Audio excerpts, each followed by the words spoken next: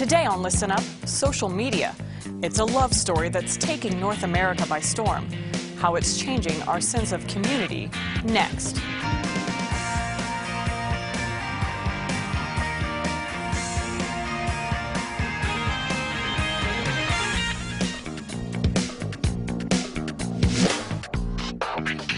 Welcome to Listen Up. I'm Ricky Ratliff in for Lorna Duick. It's a fact. Increasing numbers of us are spending more time interacting with people online and less time face-to-face. According to the stats, people who use the internet for personal reasons spend less time on traditional social activities than those who don't. And it's not just for the young folks. One of the fastest-growing demographics of social media users is seniors. As a social media junkie myself, I understand firsthand the power of technology to influence our thinking and relationships. So today, we're taking a deeper look at our love affair with these new technologies. Later in the show, we'll meet a couple who found love online. And we'll connect through Skype, how else, with a man who is a recent People's Choice Award winner for Best Viral Video.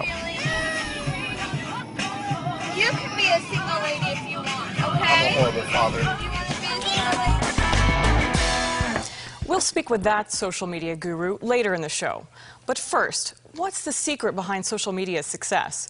Joining me from the campus where he teaches in Claremont, California, is Dr. Paul Zak, a man who's come to be known as Dr. Love. So I just have to ask, first of all, why do they call you Dr. Love? Well, you have to believe your own research. And so my research is really on the science of connection. And one way we connect is by touching each other. And so I started hugging everybody I meet in the last couple of years, which earned me the nickname Dr. Love. So I'm happy if I can spread a little more love around the world. So in spreading more love around the world, you've begun some research on that topic scientifically. I personally am an addict, Dr. Love, of social media. Can you tell me why, in layman's terms? Connection uses this molecule we discovered called oxytocin. We show that as you trust somebody, makes you feel empathy for another person, even a complete stranger. Now, oxytocin activates areas in the brain that are rewarding. They make us feel good. So in a very real sense, our brains are wired to make us feel good about connecting to others. So whether we do that, we've shown in person or through social media, it's the same brain circuit. So what's happening to me as I begin to interact with others on Facebook and Twitter? What's scientifically happening? So what's happening is your brain's releasing oxytocin. It's making you care about other people who are connecting to you. That makes you want to open up and be more compassionate, be more honest, be more forthcoming. And that can be a good and bad thing. Obviously, you have to protect your privacy online, but in people that we know, for example, on Facebook, in which we invite people to be our friends, I think we're more willing to open up sometimes to our friends through social media than in person. So what motivated you to begin this study on social media and how it interacts with our brain?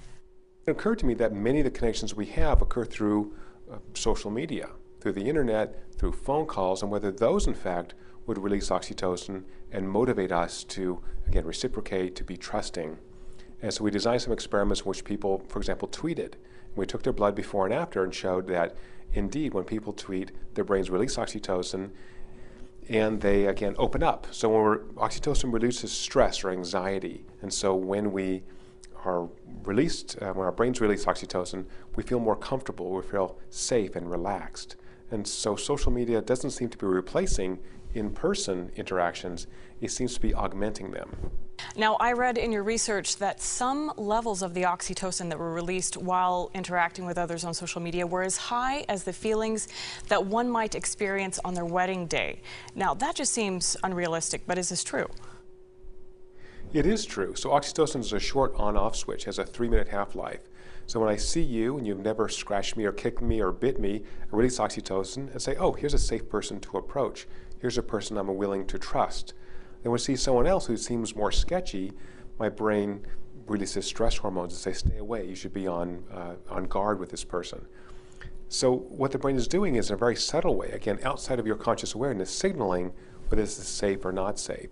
So we found the same thing happens at rituals like weddings, where you're saying, look, these are people I want to be around. In the case of weddings, potentially for the rest of my life, I want to be around this person.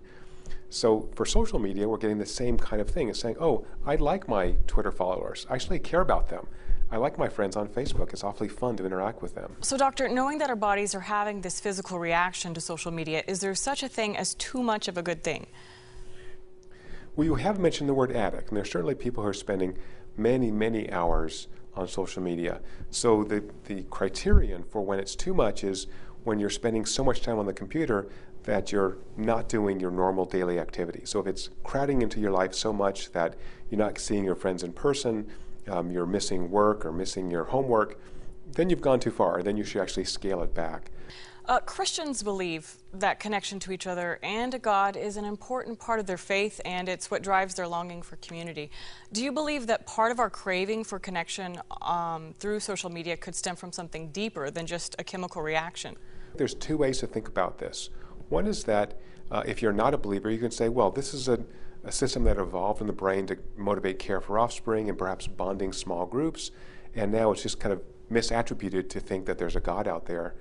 If you're a believer, you could say, well, God implanted this in our brain to give us a way to connect to him or her, and this is a mechanism in our brain that is evolutionarily old, has been there since mammals first evolved, and so it's something deep in our human nature, this need for connection, again, not just to my spouse, but something really big. Dr. Paul Zak from Claremont University in California, thank you very much for being with Listen Up. Thank you so much.